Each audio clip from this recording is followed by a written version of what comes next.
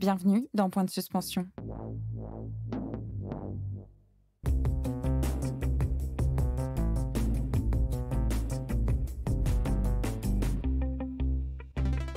Je suis Léa Lejeune, journaliste économique et fondatrice du média Plan Cash.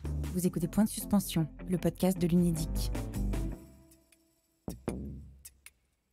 Travailler à son compte pour soi, ça paraît souvent idéal, surtout après une mauvaise expérience en entreprise. Pourtant, le ou les statuts de freelance ont aussi leurs défauts. La protection sociale est plus faible, les frontières entre vie pro et vie perso sont brouillées, et les indépendants font aussi face à certaines formes de solitude pas toujours bien comprises.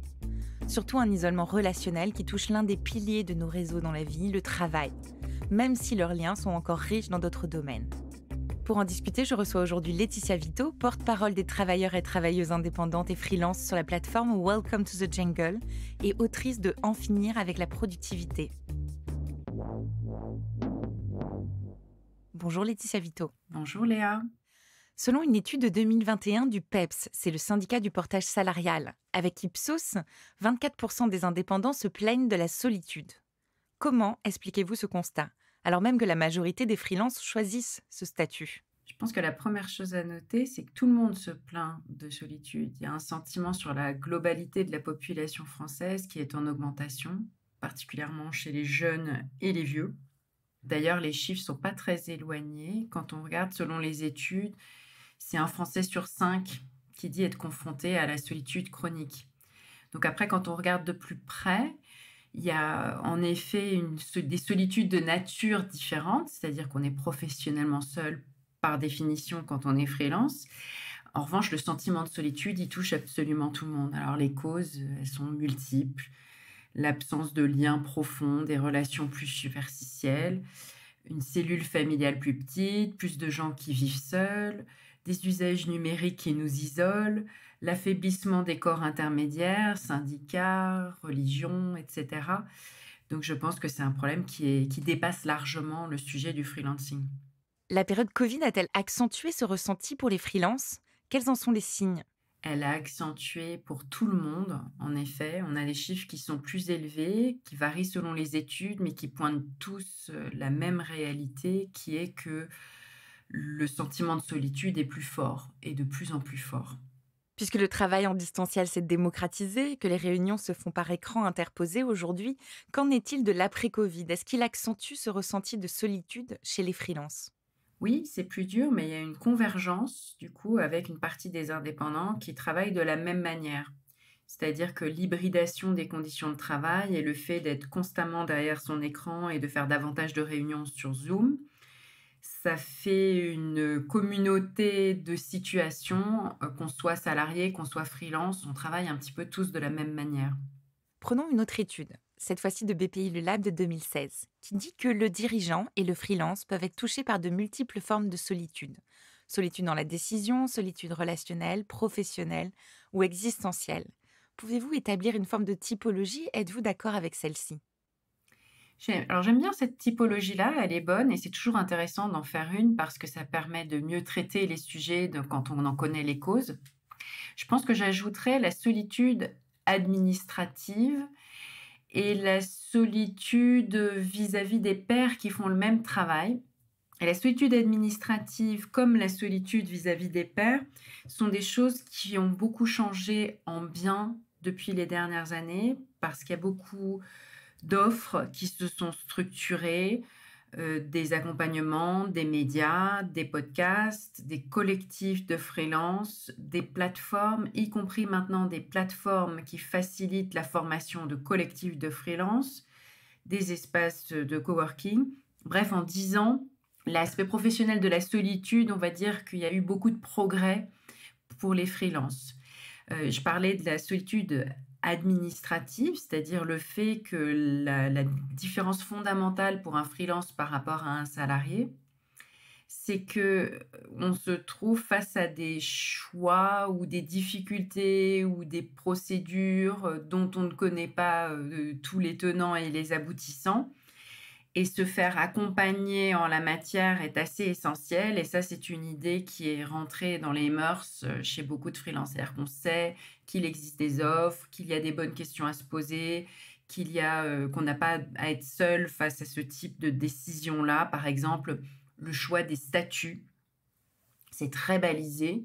On sait que en fonction de la structure de ses dépenses, de son chiffre d'affaires, de la nature de l'activité, tel ou tel statut sera meilleur et on peut vraiment se faire accompagner en la matière.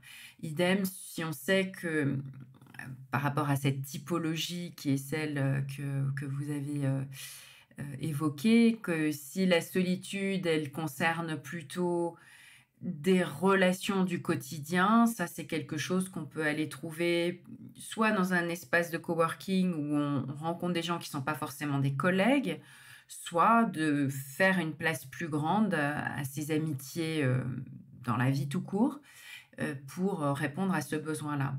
Donc par rapport à cette typologie, il y a tout un tas de réponses qui font qu'on n'a pas on n'est pas face à quelque chose de complètement abstrait, la solitude. On est face à des problèmes précis ou des situations précises face auxquelles on peut agir. Y a-t-il une solitude objective, en fait, ou s'agit-il plutôt d'une forme de ressenti? Il y a une solitude objective qui est celle d'être seul face à la décision, face à l'administratif, face au développement de son chiffre d'affaires.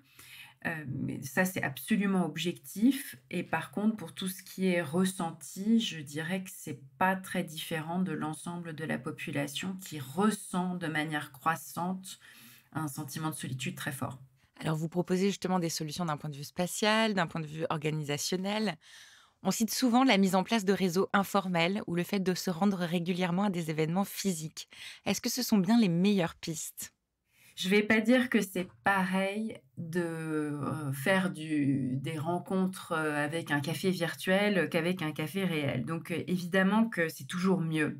Mais pour certaines personnes qui sont isolées géographiquement, qui habitent, un peu loin des centres urbains ou bien qui ont des petits-enfants et qui n'ont tout simplement pas le temps, pas les conditions matérielles pour se rendre à des événements où on va rencontrer des gens, en fait, il y a tout un tas de manières de rencontrer et d'entretenir des réseaux professionnels et l'aspect informel, de toute façon, décline quand on passe de plus en plus de temps derrière son écran. Donc les salariés font face exactement aux mêmes questions et aux mêmes problèmes, c'est-à-dire que la magie de la machine à café n'opère plus du tout de la même manière parce que les gens sont moins au bureau, parce qu'ils sont tous en hybride et qu'on ne sait pas quel collègue sera là ou ne sera pas là et parce qu'on fait beaucoup de réunions par défaut plutôt sur des outils numériques, sur des applications numériques et du coup, ce qui était informel, ce qui se passait un peu sans qu'on ait besoin de le dire, doit être formalisé, doit être organisé. Typiquement, avant, on déjeunait tous les midis avec ses collègues quand on était salarié. Maintenant, c'est plus le cas. Si on a vraiment envie de déjeuner avec un collègue, il faut l'organiser. Et du coup, c'est pareil pour les freelances. Il y a besoin d'organiser les choses, de créer un espace dans son emploi du temps pour des moments avec les autres et ne pas compter sur la sérendipité, sur l'informalité, etc. Donc c'est très dommage. On peut tout à fait regretter le déclin, on va dire, de ces moments informels, mais plutôt que de se morfondre, je pense que c'est essentiel d'en avoir conscience et de formaliser davantage, d'organiser pour ne pas simplement vivre le déclin avec la plus grande tristesse. Alors, il y a des plateformes de mise en relation de freelance du type Malte qui ont compris ce problème et qui essayent de proposer des solutions différentes. Est-ce que vous pouvez nous citer des solutions et des idées qui sont portées par ce type de réseau et de plateforme? Alors Malte, comme freelance.com, comme tout un tas d'autres plateformes, organise des événements pour que les freelances se rencontrent. Il y a, des cafés, des événements, de type, petites, conférences, formations, enfin il y a tout un panel de contenus et d'événements qui sont proposés par chaque plateforme. C'est pour ça que chacune a créé un peu des médias qui donnent des informations. C'est là qu'on peut aussi aller chercher tout un tas d'informations sur, choisir ses statuts, comment travailler, comment mettre en place une offre quand on démarre. Donc il y a un accompagnement, notamment pour les personnes qui débutent avec un nouveau statut. Donc ça, c'est des choses qui se sont justement multipliées depuis quelques années et qui facilitent énormément la vie des gens. Et vous-même, vous participez à l'organisation des cafés freelance, c'est ça? Vous pouvez nous expliquer? Voilà, c'est pour ça que la question, elle était pas complètement neutre pour moi parce que je suis biaisée. En effet, je participe à ce café freelance qui sont organisés tous les mois et l'idée, c'est de prendre un sujet et on fait une table ronde et on donne énormément de matière sur un sujet, pratique ou un sujet professionnel et puis après, il y a des moments de chat où les freelances peuvent rencontrer des freelances de leur région, de manière virtuelle. On sait qu'en France, les salariés ont un certain nombre de droits sociaux et protecteurs par rapport à d'autres pays dans le monde et européens. Mais aujourd'hui, le statut de freelance, est-ce qu'il est assez protecteur justement en matière de droits sociaux?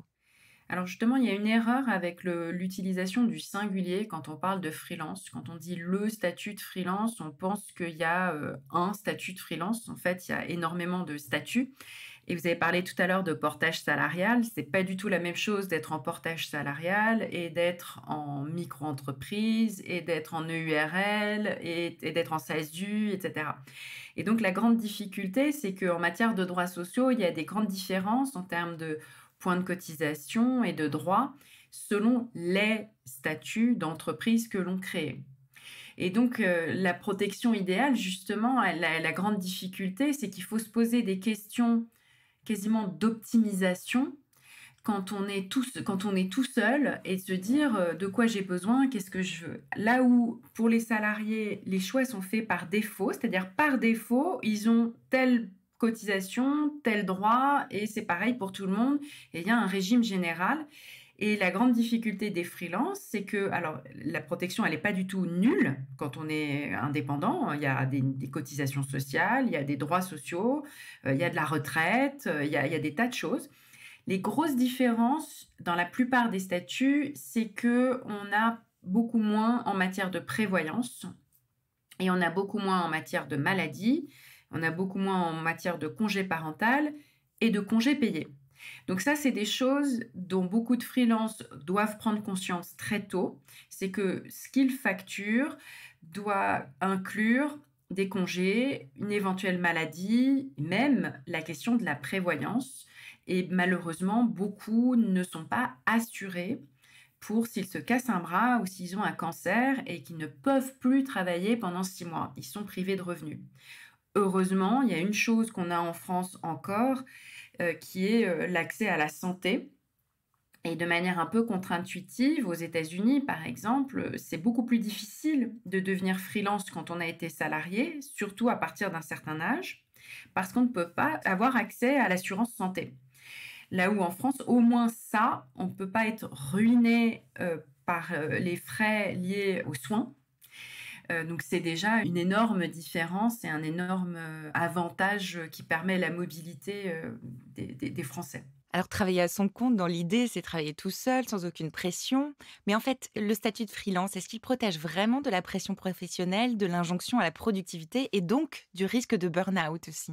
Alors je dirais que c'est presque l'inverse. Je ne sais pas s'il existe des études comparatives de grande ampleur sur le burn-out chez les salariés versus le burn-out, des freelances, mais mon intuition, c'est que les freelances ont plutôt tendance à travailler trop, ont plutôt tendance à se mettre en danger, notamment les jeunes, parce qu'ils font quelque chose plus souvent quelque chose qu'ils ont choisi, qu'ils aiment bien, voire qu'ils tombent dans le piège de la passion et donc travaillent énormément.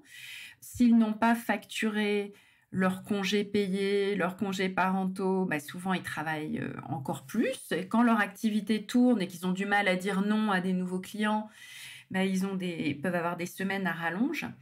Donc l'injonction à la productivité, elle est extrêmement forte. Ça explique pourquoi les freelances sont le premier public de tous les contenus de type comment être plus productif, comment optimiser son temps, etc., avec parfois une relation pathologique au temps, surtout quand on facture des heures ou des jours où on se dit, voilà, 1 heure passée à se reposer, c'est 1 heure perdue, c'est 1 heure que je ne facture pas. On trouve ça aussi chez les avocats, chez les consultants, voilà, tous ceux qui ont cet indicateur des heures facturées, des heures facturables, et où ça devient complètement pathologique.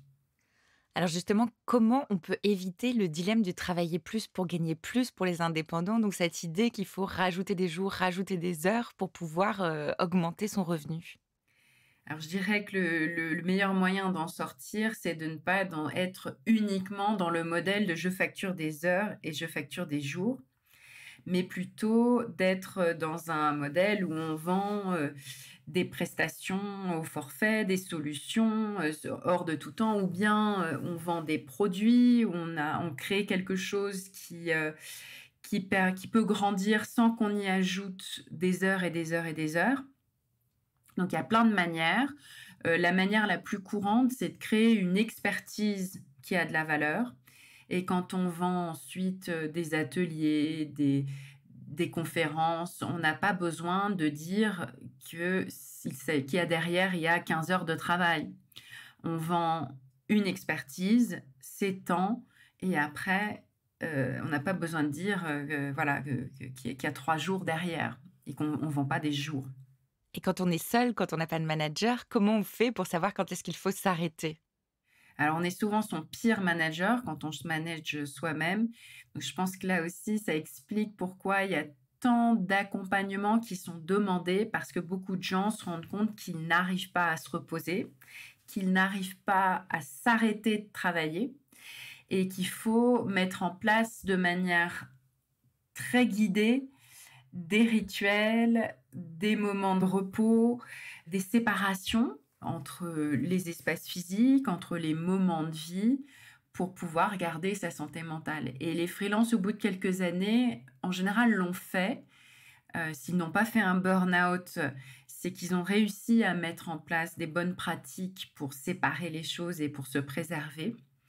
Et j'observe aujourd'hui des tendances un peu nouvelles de freelance qui disent qu'ils veulent faire du slow freelancing, qu'ils veulent travailler beaucoup moins d'heures, qu'ils veulent se préserver.